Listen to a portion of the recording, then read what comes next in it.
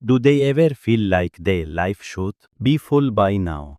But whenever they look inside, all they can hear is silence, like everyone else was given something, while they still stand at the door, waiting to receive.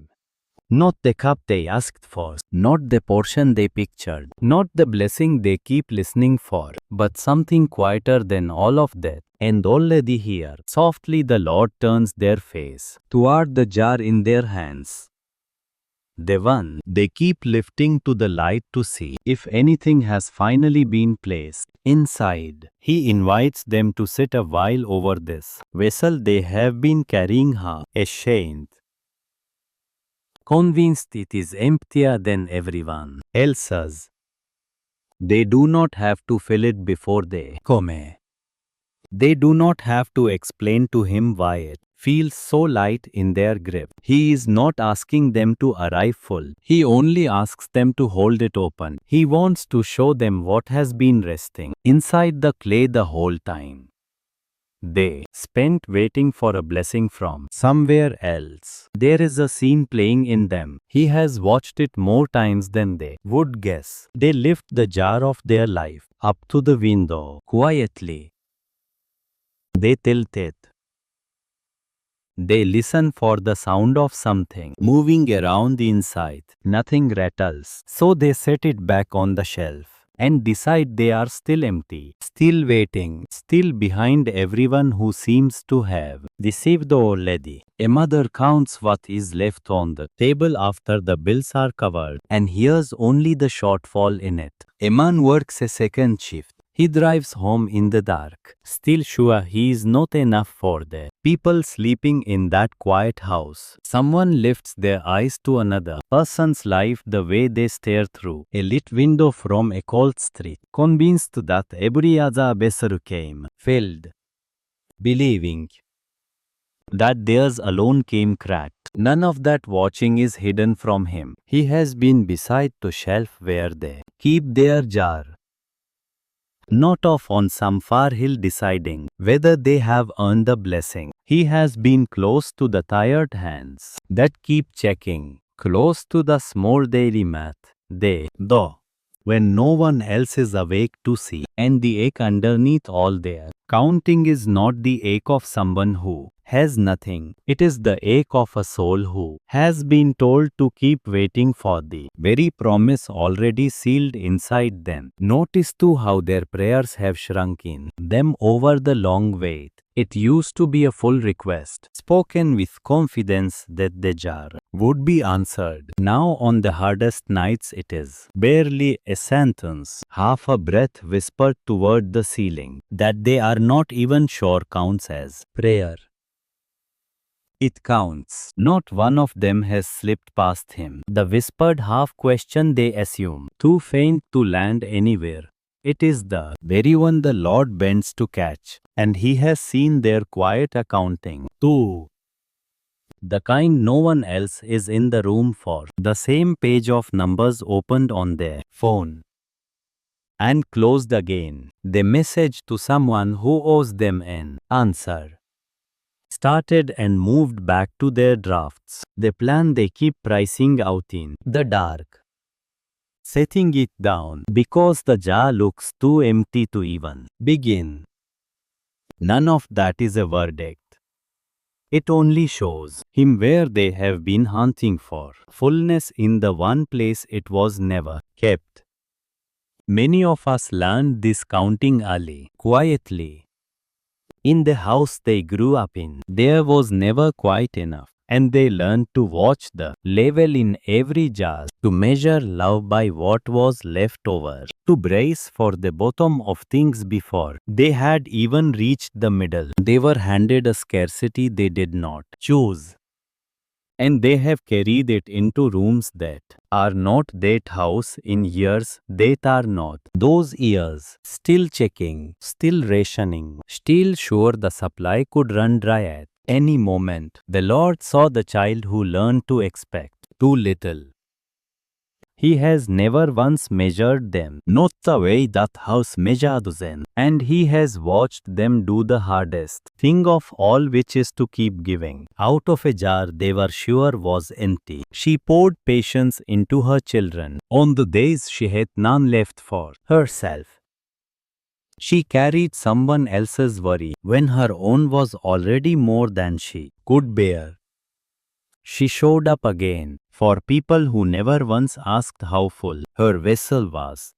She thought she was running on empty. She was not. She was pouring from the treasure, calling it her last reserves. And the fact it never ran out was not her stretching thin. It was God keeping her vessel full faster than she could empty it. So she rests with Him now, wherever she can find a space. She lets her hands rest open in her lap, palms turned up toward heaven, waiting. The way she would hold what she is waiting to receive rather than something she strains to keep from losing. How strange those open hands feel after all her tight gripping. That upturned shape is the shape of a vessel, not a fist clenched around crumbs, but one that holds what is poured in the quiet. Her emptiness does not visit at random. It has its favorite hours, and the Lord is with her there. Late, when the house has gone quiet, nothing is left to occupy her hands. The sense of how little seems to hold her up. It rises like water against a wall. Or early, in the seconds before she steps in front of the people who count on her to be there, someone with plenty to give. They pause, they straighten themselves up, they fix their expression into something that reads as abundance. They let others see a vessel that brims, because those who draw from them only ever look at the top of the jar. The top must never show how far down it has gone. The Lord feels the whole cost of that act, every bit of effort it takes to seem overflowing while they feel wrung dry. He has counted, and in this quiet they can set the act safely down. Here their jar may look as empty as it truly feels. Consider how differently two souls carry the same jar. One is certain the fullness has to arrive from outside, so every lean day frightens them. Every silence feels like a door being shut. And they spend their strength listening for a delivery, rationing their hope, bracing for the disappointment. The other knows the treasure is already sealed in. So the same lean day becomes survivable. The same silence becomes bearable, because the fullness was never riding on what the day happened to bring. Nothing about their circumstances is different. The bills are the same. The waiting is the same. What changes is whether they believe there is anything in the vessel when the surface goes quiet. And that one belief changes how every empty seeming hour lands on them. And here is the strange thing about their emptiness. It was never a verdict on their soul, yet they read it as proof that they were passed over, that the Lord's blessings went elsewhere, skipping right over their home, that they are simply one of those whose vessel never seems to fill, but the emptiness they keep measuring is only the space where they have been seeking the wrong kind of fullness. They kept waiting for something to arrive from the outside and clatter into their jar. Meanwhile, the true treasure was already placed deep inside, so quietly, so far down. It made no sound when they shook it. This truth completely changes how they see all that waiting, that hunger in them to be filled. It was never a flaw. They were made to hold something. They were created to be vessels, and a vessel longing to be full is only doing what God shaped it to do. That reaching was never wrong. They reached for fullness because they were built to carry it. The only thing that went wrong is they were told that fullness would rattle in from the outside, on a track, on a deadline, yet all along grace was put into the depths. It only waited for them to stop shaking the jar long enough to feel its way. Listen. Their picture of God they have held all these years was painted by those who taught them that divine provision is earned, that if they wait long enough, believe deeply enough, and prove themselves faithful enough, then one day the reward finally arrives. The jar is filled from the outside as their reward. They learn to see the Lord as keeping every good thing locked in a storeroom somewhere. He hands it over only when they have earned the release. So they have poured their years into qualifying for his yes. They check the door. They listen for the sound of his answer. They grieve the days nothing arrives. And they begin to wonder whether their name was ever on the manifest at all. And the cruelest part of that lesson was what it did to their self-worth. If his provision is a wage, then an empty jar can only mean one thing. They have not earned it. So every lean season turned into an accusation. Every delay turned into a grade. They started to believe that the emptiness was the Lord withholding, that his withholding was a message about their own worth, that if they were only more disciplined, more grateful, more faithful, the jar would finally fill. That is not how he provides, and it was never how he saw them. He does not fill the deserving and starve the rest.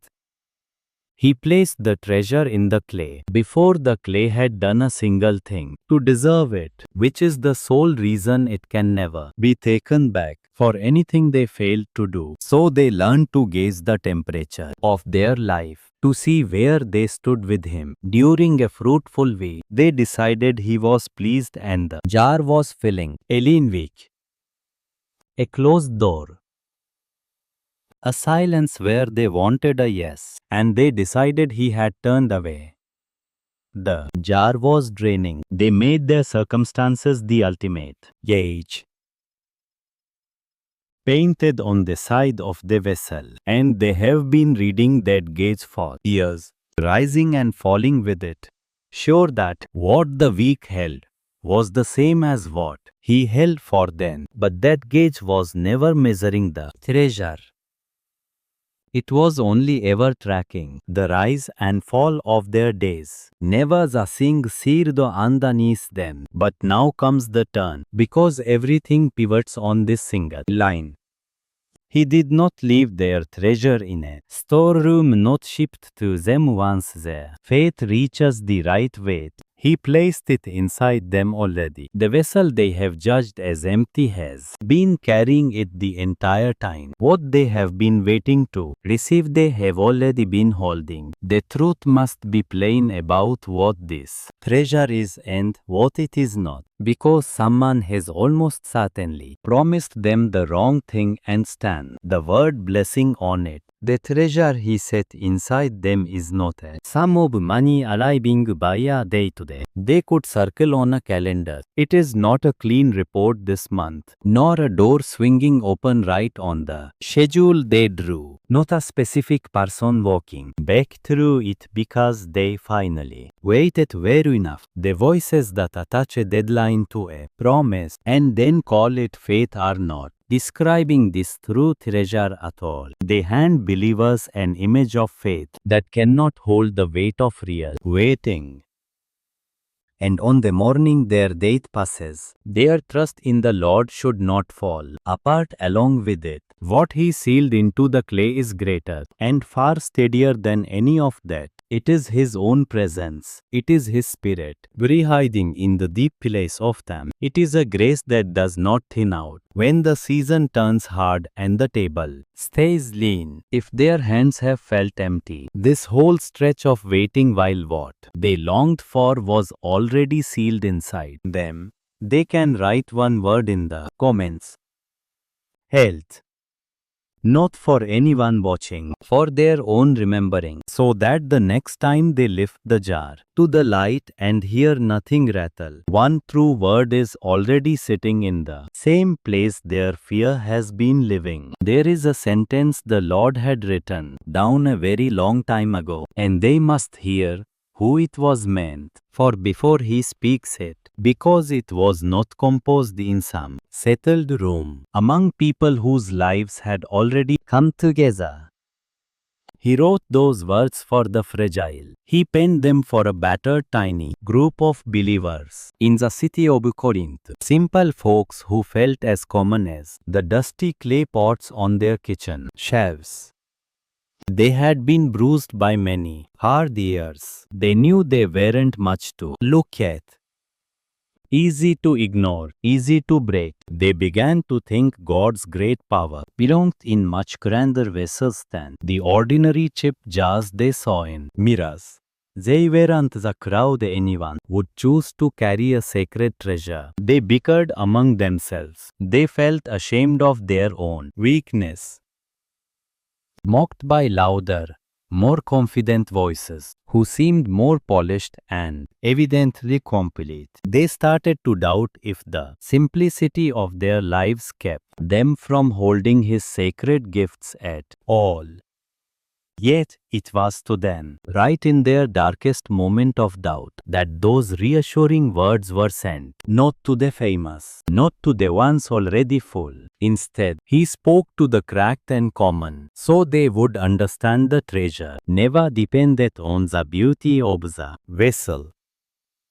Before we hear it read, let's try one small exercise together. Let your eyes rest on a single, ordinary object close to you. Don't even name it. Don't judge whether it holds any value or sorting it into useful and useless. Simply letting it be seen for one breath. They notice that even the plainest thing in the room is still holding the light that happens to fall across it. So are they. The clay was never the point of the story. The clay is only what carries the thing, and the thing that matters is already inside. They repeat it slowly now. This is what the Lord wrote for those who felt too ordinary to be chosen. 2 Corinthians chapter 4 verse 7. But they have this treasure in jars of clay, to show that the surpassing power belongs to God and not to them. They study this passage clause by clause, because each piece was set down for the jar in their hands. First they look at what He called then a jar of clay, not a flaw in the plan, not a mistake. He is waiting to upgrade. Clay is common. Clay is fragile. Clay chips at the rim and shows every crack. He chose it on purpose. He did not hide the treasure inside gold so that people would admire the container. He put it inside plain clay so that when the light spills out of them, no one, least of all themselves, could mistake it for something they manufactured. The ordinariness of the jar is not the problem. It is the whole design. Now they look at the word treasure and notice where He put it. It is not earned, not scheduled for later. It is within, active now. Believers hold this treasure. They do not wait for this gift. They need not qualify for it someday. It already rests deep within the vessel. And that vessel is the believer. The treasure is his own life placed in the middle of their ordinary existence. Because his Son descended into the most ordinary human clay, He took a body that could tire and bleed and break, and by His Spirit He now lives inside the very jar they have called empty. Truly, that is the ultimate treasure, not some shipment on its way. It is a presence already here. Note this final truth, because it turns their emptiness into wonderful news. To show that the supreme power belongs to God and not humanity, the container remains very simple. So, the power is unmistakably His. Their cracks do not disqualify them. Those fractures are the exact spots the light He placed inside them shines through, where others can see it. The thin walls of their clay very fragility they have felt ashamed of are exactly how the treasure is revealed. Observe. An impressive vessel would take all the credit, but a clay jar reveals to everyone that the glory came from what was poured inside, not from the container itself. And this is precisely what makes this treasure something they can rest their entire weight upon because placing it. What lies inside was not cheap. The one he sealed in clay is his own song. He did not think it beneath him to become a fragile vessel himself. He took on skin that could tire, hands that could bleed, a frame that could be broken. And he carried all of heaven's glory inside that plain, unbreakable body. The builders looked at him and saw nothing to value. Come on, clay, a carpenter from a forgotten town. They cast him aside, but the treasure inside him could not be broken even when the vessel was. He went down into death, the deepest emptiness of all, and he rose again bringing life. That is the treasure now sealed in believers, not a fragile hope he asks them to protect, but a life that has gone down to the floor of the deepest emptiness and risen from it still full. Look back now at the question they started with. When they lifted the jar to the light and heard nothing move and decided they were still empty, here, then, is the answer he gave them. They heard nothing rattle. The treasure he set inside them does not clatter around like loose coins in a tin. It fills the vessel from the bottom up. They have been shaking a jar that is already full and mistaking the silence for lack. The silence was never emptiness. It was a fullness that does not need to make a sound. And they must not miss what this means for the very sound they kept listening for. They had been waiting to hear the treasure arrive, some unmistakable rattle, some proof loud enough to finally end their doubts. But the deepest fullness he gives does not announce itself with noise. Indeed, the jar filled to the brim makes less sound when it is moved, not more. Truly, because there is no empty space left inside for anything to rattle around in. The silence they took as the worst news was the best news they had. It was the quiet of a vessel with no room left to fill, and his word is always spoken of him this way. Not as one who measures provision with a tight fist, but as one whose giving spills over. He once said that what a person gives will be given back to them, poured out, pressed down, shaken together, and running over, spilling light past Salim and into their lap. He sets a table in the middle of a hard season and lets the cup on it overflow, while the ones who opposed the guest looked on. That is the sort of provision he is, not a careful ration measured out to the deserving.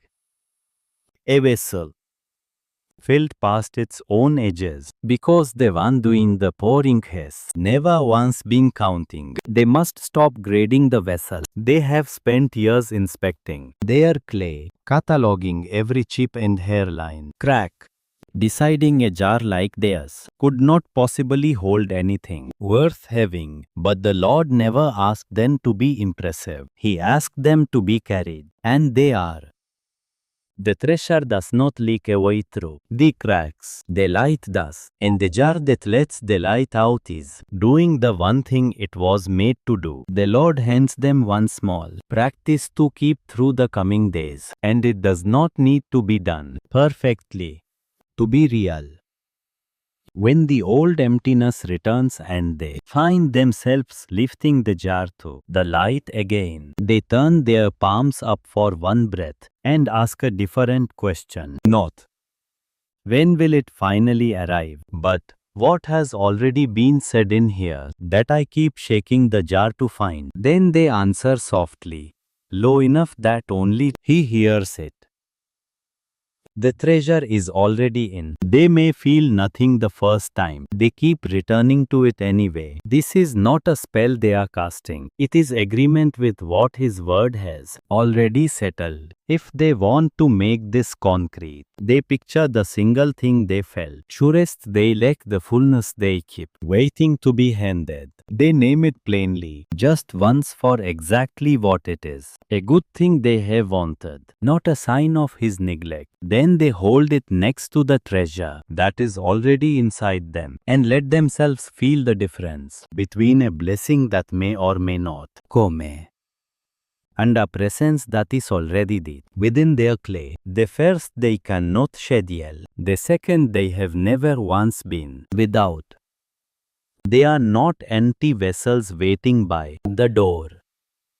They are jars of clay with the light already burning inside them, and the next time they catch that light leaking out of one of their cracks, the patience they did not know they had, the kind word that came when they had every reason to be sharp, the steadiness that held in a moment they expected themselves to break. They should not explain it away. They should not credit a good mood or a lucky day. Let them say quietly, that was the treasure showing. That was the grace inside the clay, shining out through exactly the place I was ashamed of. The cracks they have wanted so badly to hide are the windows His glory uses. Indeed, they do not have to be flawless vessels for His light to shine through. They only have to stop covering the crux long enough to let it. If they want a daily rhythm, let it be simple enough to carry without any effort. Before the busy day starts, they open their palms for the length of one breath and say, the treasure is already in. Later, when the day has emptied them out and the false sense of lack comes creeping back, they turn them up again and say the same thing. They are not conjuring anything. They are not filling the jar by saying, Eat. They are only agreeing with what is already through, letting their own voice catch up to what His word has long since settled. Some days it will feel like nothing. They keep turning their hands up anyway. The treasure is in whether the day feels full or not, and they are patient with how long this takes to feel true, because they are unlearning a lifetime of listening closely at the door. 4 years, the arrival of fullness was always somewhere ahead of them, always about to come, always one answered prayer away. To turn from the door and feel for what is already inside will seem at first like giving up on the very thing they have been waiting for. It is not.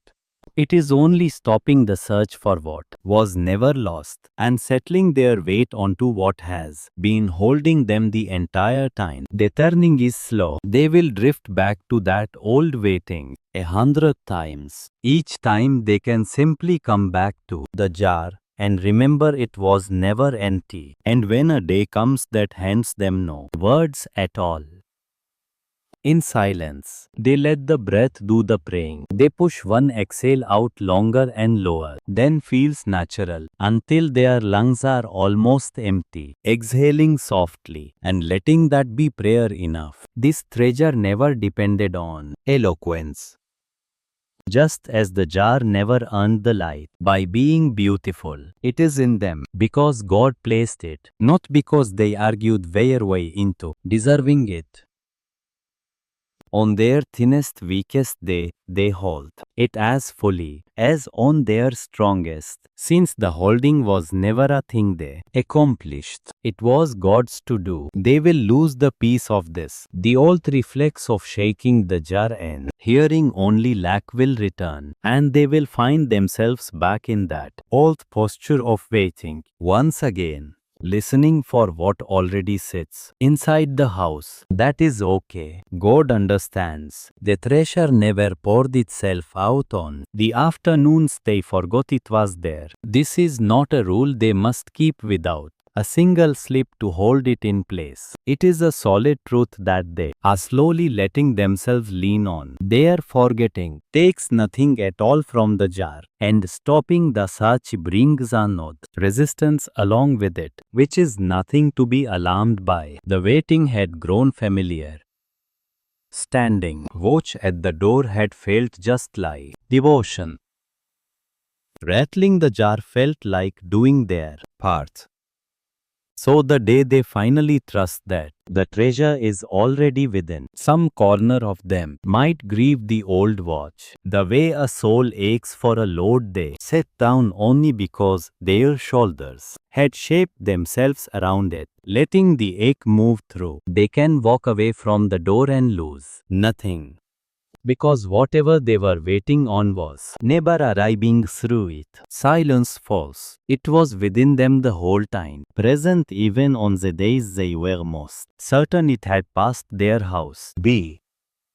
They are not behind. They were never behind. While they were counting what had not arrived, the very thing they were counting toward was already resting in them, quietly keeping them alive through every season. They were certain they had nothing. The provision they kept asking him to send, he had already made it. He made it the day he set his own life down inside their ordinary one. The jar is full. Their longest wait did not empty it. Their leanest season did not drain it. The cracks they were ashamed of are there. Seems the light comes through. What they kept waiting to receive was set inside them before they ever began to count. The treasure is common clay holding uncommon glory, and the glory has always belonged to him, which is exactly why it will never run out on them. Amen. Before they go, he asks them one thing and answer it wherever they are. What is the one blessing they have been waiting to receive when the road tears them? It already fills the jar they keep calling empty. They can share it in the comments. He reads the words they leave there, and if a face came to mind as they listened, someone who keeps staring at their own vessel, sure it is cracked and empty. They should pass this along, so it reaches the shelf where they keep it too.